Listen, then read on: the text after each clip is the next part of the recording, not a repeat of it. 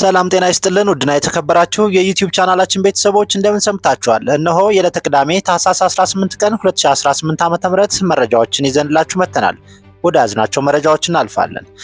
ከተርፋም የተላኩ ተጎጂዎች ከፍተኛ ጉዳት የደረሰባቸው ናቸው። 50 ተጎጂዎች ልከውልናል። ትናንት ሁለቱ መንገድ ላይ ህይወታቸው አልፏል። 48 ሆስፒታል ደርሰዋል ሲል የጋምቤላ ሆስፒታል ተናገረ። በአሁኑ ወቅት ትልቁ የተቸገርንበት የደም እጥረት ነው። አብዛኛዎቹ ተጎጂዎች ብዙ ደም የፈሰሳቸው ናቸውም ሲል ገልጿል። በጋምቤላ ክልል የተለያዩ ወረዳዎች በተደረገው የተኩስ ልውውጥ ወቅት ተጎድተው ሕክምና ላይ ለሚገኙ ታካሚዎች የመድኃኒትና የደም እጥረት እንዳጋጠመው የጋምቤላ የመጀመሪያ ደረጃ ሆስፒታል ትናንት መረጃውን አጋርቷል። በአሁኑ ወቅት በሆስፒታሉ ብቻ ከ68 በላይ ታካሚዎች እንዳሉም አመላክቷል።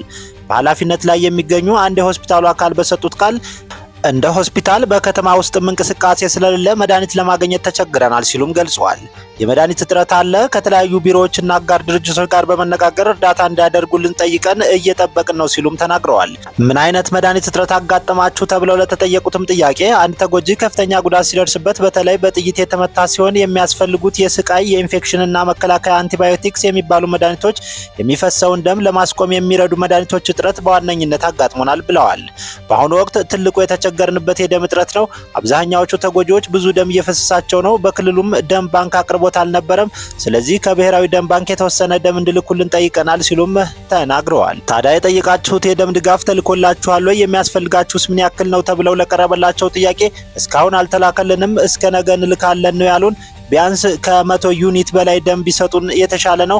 ቢያንስ እስከ 100 ዩኒት ያስፈልገናል። ምክንያቱም አንድ ተጎጂ ብቻ ብዙ ደም ስለሚያስፈልገው እስከ 5 ዩኒት ሊጠቀም ይችላል ሲሉም መልሰዋል። ከመድኃኒት እጥረት ጋር በተያያዘ ያለውን ችግር ሲያስረዱም አሁንም ሆስፒታሉ እየተሯሯጠ ነው ያለው ያሉ ሲሆን በተለይም ከደም መፍሰስ ጋር በተያያዘ የሚያስፈልገውን የፍሉድ መድኃኒት ችግር በመኖሩ የክልሉ ጤና ቢሮ እንዲልክላቸው መጠየቃቸውንም ገልጸዋል። በሌላ በኩል በክልሉ በሚገኘው ኛንኛንግ የመጀመሪያ ደረጃ ሆስፒታል የሚሰሩ ሐኪም እንደተናገሩት ከትናንት ወዲያ ለኢታንግ ልዩ ወረዳ በነበረው ተኩስ የተጎዱ ከ50 በላይ ሰዎች ወደ ጋምቤላ የመጀመሪያ ደረጃ ሆስፒታል ሪፈር መላካቸውንም ገልጿል። መንገድ ዝግ በመሆኑ ወደ እነርሱ ተቋም የሚሄዱት 2 ተጎጂዎች እንደሆኑም አስረድተዋል። ከተርፋም በፊት በነበረው ጥቃት ጭምር 10 ሰዎች በሆስፒታሉ መታከማቸውን ባለፈው ሳምንት ወደ ጅማ ሪፈር ተጽፎላቸው የነበሩ 3 ተጎጂዎችም ወደ አዲስ አበባ ሪፈር ተብለው ገና በሕክምና ላይ እንደሚገኙም ገልጸዋል። ከትናንት ወዲያ በኢታንግ ልዩ ወረዳ ተርፋም ቀበሌ በነበረው የተኩስ ልውውጥ የተጎዱ ስንት ታካሚዎች ነበሩ ወደ ሆስፒታልስ የመጡ ተብለው ሲጠየቁ የጋምቤላ የመጀመሪያ ደረጃ ሆስፒታል አካል በበኩላቸው ከተርፋም የተላኩ ተጎጂዎች ከፍተኛ ጉዳት የደረሰባቸው ናቸው፣ ወደ 50 ተጎጂዎች ልከውልናል ትናንትም ብለዋል። ወደ ሌላ መረጃ ስናልፍ ከተሞቻችን ገበሬዎችን እያፈናቀሉና ድሃና ለማኝ እያደረጉ ነው ሲል ላንድ ፎር ላይፍ ኢትዮጵያ የተሰኘ ሀገር በቀል ተቋም ገለጸ። ይህ ላንድ ፎር ላይፍ ኢትዮጵያ የተሰኘው ሀገር በቀል ተቋም የመሬት አስተዳደር ማጠናከርና የመሬት መብቶችን ማረጋገጥ በሚል መሪ ቃል 3ኛው የኢትዮጵያ የመሬት ቀን የውይይት መድረክ አዘጋጅቷል። በዚህ መድረክ ላይ ተሳታፊ የነበሩት የኢትዮጵያ የሕዝብ አስተዳደር ባለሙያዎች ማህበር ፕሬዝዳንት፣ በኦሮሚያ ስቴት ዩኒቨርሲቲ መምህርና ተመራማሪ የሆኑት ባጫ ከበደ ዶክተርና ጃይዜድ አፍሪካ ህብረት የመሬት አስተዳደር አማካሪ አቶ ቱሉ በሻ ተገኝተዋል። በዚህ ወቅት ዶክተር ባጫ በሀገሪቱ የመሬት አጠቃቀምና አስተዳደር ላይ የሚታዩ ስር የሰደዱ ችግሮችን በሚመለከት ጠንከር ያሉ ሀሳቦችን አካፍለዋል። ከተሞቻችን ገበሬዎችን እያፈናቀሉ ድሃና ለማኝ እያደረጉ በሀገር እንዳይኖር አድርገዋል። ይህ እኔንም ይሰማኛል። አዲስ አበባንም መመልከት እንችላለን። ሌሎች ከተሞችም ተመሳሳይ ችግር አለባቸውም ብለዋል። ይህን ችግር ለመቅረፍ ደግሞ መስዋዕትነት ያስፈልጋል። መሬት ለኢንቨስተሮች ስንሰጥ የአካባቢውን ማህበረሰብ ያቀፈ መሆን አለበት። አንድ ሰው ከመሬቱ አፈናቅሎ ሌላ ሰው ማምጣት ልክ አይደለም ሲሉ ተናግረዋል። ሰው ሀብት ያገኝ አይደለም፣ ነገር ግን የአካባቢው ማህበረሰብ በልማት ውስጥ መቀናጀት አለበት። ይህ ከሆነ የመሬት ባለቤትነት በቀላሉ ይመጣል ሲሉ ነው የተናገሩት። ከመሬት አጠቃቀምና አስተዳደር ጋር በተገናኘ ከስርዓት ወደ ስርዓት እየተወራረሱ የመጡ አሁን ላይ ተደራራቢ የሆኑ ችግሮች አሉ። አክለውም በቴክኖሎጂ ሽግግር ምክንያት የመጡ ተግዳሮቶች አሉ። ከጊዜ ወደ ጊዜም የመሬት አስተዳደርና የተቋማዊ አሰራሩ ስብስብ እየጨመረ መጥቷል በማለት ቃላቸውን ሰጥተዋል። ይሁንና ይህን ችግር ለመቅረፍ በባለሙያው ዘንድ የአቅም ግንባታ ስራዎች የተሰሩ አይደለም። በትምህርት ደረጃ በካሪኩለምና በምናስተምራቸው ትምህርቶች ላይ ክፍተቶች አሉ። ትምህርቶቹ ሀገራዊ ወይም ነባራዊ ሁኔታ ያገናዘቡ አይደሉም ሲሉ ተናግረዋል። ሀገራችን የምትከተላቸው ሪፎርሞች በቪየትናም፣ በቻይና፣ በአሜሪካና በእንግሊዝ የመጡ ወይም በቀጥታ የተቀዱ ናቸው። እነዚህ ነገሮች ደግሞ ቢስተካከሉ በዘርፉ ላይ ያሉ ችግሮችን መቅረፍ ይቻላል ሲሉ ተናግረዋል። ወደ ቀጣይ መረጃችን ስናልፍ በደሴ ከተማ በአራዳ ክፍለ ከተማ መንበረ ፀሐይ ፀሐይ ቀበሌ ልዩ ቦታው ደንበልቄ የተከማቸ ቆሻሻ ላይ ቆራሌው ሲለቅሙ የነበሩ 2 ግለሰቦች ተደርምሶ መሞታቸውን ፖሊስ ገለጸ። በደሴ ከተማ በአራዳ ክፍለ ከተማ መንበረ ፀሐይ ቀበሌ ልዩ ቦታው ደንበልቄ እየተባለ ከሚጠራው አካባቢ የተከማቸ ቆሻሻ ላይ ቆራሌው ሲለቅሙ የነበሩ ግለሰቦች ቆሻሻው ተደርምሶ 2 ሰው የሞተ ሲሆን 2ቱ ሰው ደግሞ ከባድ አደጋ የደረሰበት መሆኑን የደሴ ከተማ አስተዳደር ፖሊስ መምሪያ የአንደኛ ፖሊስ ጣቢያ አዛዥ ኢንስፔክተር ጸጋይ አባተ ገልጸዋል። ማህበረሰቡ አደጋ ሊኖርባቸው ከሚችሉ ቦታዎችና ከእንደዚህ አይነት መሰል አደጋ ራሱን እንዲጠብቅ ፖሊሱ መልእክታቸውን አስተላልፈዋል። ተመልካቾቻችን አሁን ደግሞ ወደ ውጭ መረጃዎች እናልፋለን። እስራኤል ለሶማሌላንድ የሀገርነት እውቅና በይፋ መስጠቷን አስታወቀች። የእስራኤል ጠቅላይ ሚኒስትር ቤንያሚን ኔታንያሁ ሀገራቸው የሶማሌላንድ ሪፐብሊክን እንደ ነጻና ሉዓላዊት ሀገር በይፋ መቀበሏን አስታውቃለች። ይህም በአፍሪካ ቀንድ ውስጥ ትልቅ ዲፕሎማሲያዊ ለውጥ መሆኑን ተገልጿል።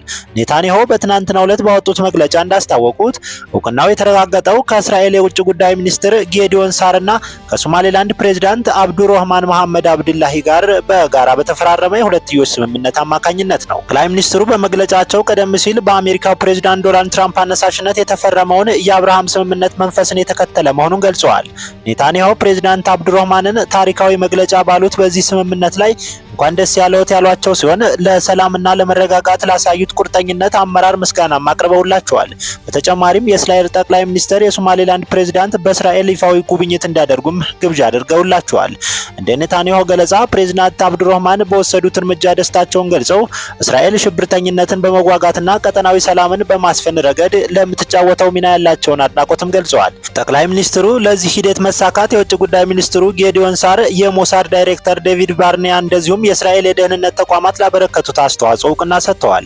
ኔታንያሁ እንደገለጹት እስራኤል በግብርና፣ በጤና፣ በቴክኖሎጂና በኢኮኖሚ ዘርፎች በሚደረጉ ሰፊ ትብብሮች አማካኝነት ከሶማሌላንድ ጋር ያላትን ግንኙነት ለማስፋት አቅዳለችም ብለዋል። በተያያዘ ዜና ሶማሊያ፣ ግብጽ፣ ቱርክና ጅቡቲ እስራኤል ለሶማሌላንድ የሰጠችውን የሀገርነት እውቅና አወገዙ። የሶማሊያ፣ የግብጽ፣ የቱርክና የጅቡቲ የውጭ ጉዳይ ሚኒስትሮች እስራኤል ለሶማሌላንድ የሰጠችውን የሀገርነት እውቅና በይፋ አውግዘዋል። የአራቱ ሀገራት የውጭ ጉዳይ ሚኒስትሮች እስራኤል ለሶማሌላንድ የሰጠችውን እውቅና ሙሉ በሙሉ እንደሚቃወሙና እንደሚያወግዙም አረጋግጠዋል።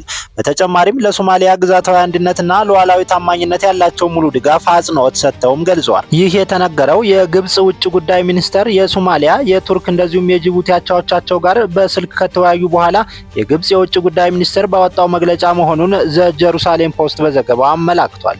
ይህ የተገለጸው የእስራኤል ጠቅላይ ሚኒስትር ቤንያሚን ኔታንያሁ ሀገራቸው ሶማሌላንድ ሪፐብሊክን እንደ ነጻ ሀገርና ሉዓላዊነት በይፋ መቀበሏን መግለጻቸውን ተከትሎም ነው። በተመሳሳይ መረጃ የአፍሪካ ህብረት የሶማሌላንድ እውቅና ውድቅ ማድረጉ ታውቋል። በሶማሊያ የግዛት አንድነትና ሉዓላዊነት ያለውንም ጽኑ ቁርጠኝነትም አረጋግጧል። የአፍሪካ ህብረት ኮሚሽን ሊቀመንበር ሙሐመድ አሊ ዩሱፍ ሶማሌላንድ እንደ ገለልተኛ ሀገር እውቅና ለመስጠት የሚደረገውን ማንኛውም እንቅስቃሴ ውድቅ ማድረጋቸውንና ህብረቱ ለሶማሊያ አንድነትና ሉዓላዊነት ያለውን ጽኑ ቁርጠኝነት በድጋሚ አረጋግጠዋል።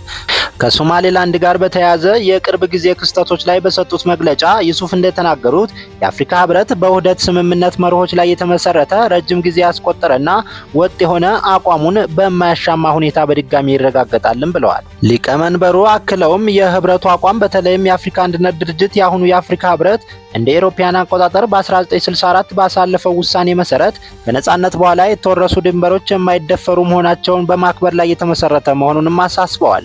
የኮሚሽኑ ሊቀመንበር ሶማሌላንድ እንደ ገለልተኛ አካል እውቅና ለመስጠት ያለመ ማንኛውም ተነሳሽነት ወይም እርምጃ በጽኑ ውድቅ አደርጋለሁ ያለው መግለጫው ሶማሌላንድ የሶማሊያ ፌዴራል ሪፐብሊክ አካል ሆና ትቀጥላለች ሲልም አክሏል። ሊቀመንበሩ የሶማሊያ አንድነት፣ ሉዓላዊነትና የግዛት አንድነት ለማዳከም የሚደረግ ማንኛውም ሙከራ ከአፍሪካ ህብረት መሰረታዊ መርሆች ጋር ይቃረናል ሲሉ አስጠንቅቀዋል። ክቡራትና ክቡራን ተመልካቾቻችን ለዛሬ ለተቅዳሜ የነበሩ መረጃዎች ይህንን ይመስላሉ። ቻናላችንን ሰብስክራይብ በማድረግ ቤተሰብ እንደሆኑ ጋበዝናችሁ። መልካሙን ሁሉ ተመኘን።